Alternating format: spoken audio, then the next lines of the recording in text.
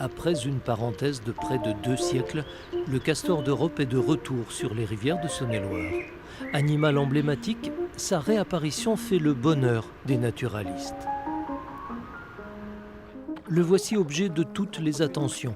On guette les signes de sa présence, on déchiffre ses messages, on veille à ce qu'il ne manque de rien. Bref, on fait tout pour qu'il se plaise là où il est revenu après sa si longue absence. Ça c'est le castor, la patte arrière du castor, et postérieure, ça aussi. On ne peut pas confondre avec le ragondin. Le castor revient donc, mais le moins que l'on puisse dire, c'est qu'il revient de loin.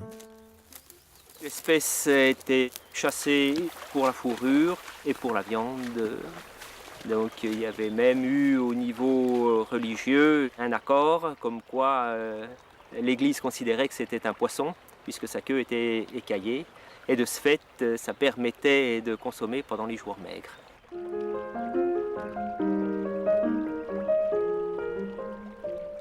Il en restait quelques individus sur les îles du Rhône, dans le Vaucluse et le Gard. Elle était disparue du reste du territoire français. Pour beaucoup de naturalistes, c'était une espèce disparue quasiment. En France, il ne subsistait plus qu'une centaine d'individus au début du XXe siècle. Et pour cette raison, il a d'ailleurs été protégé en 1909 dans les départements du sud de la France. Avec la protection intégrale, l'espèce s'est redéveloppée à nouveau. Donc à partir du Rhône, sur le bassin rhodanien, il a colonisé le Rhône et ses affluents. Ça a mis quand même du temps, une bonne 50aine d'années.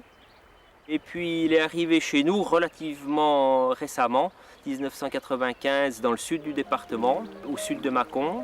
Et puis quelques familles se sont installées par la suite sur la Saône, sur le Doubs et récemment même sur la Seille.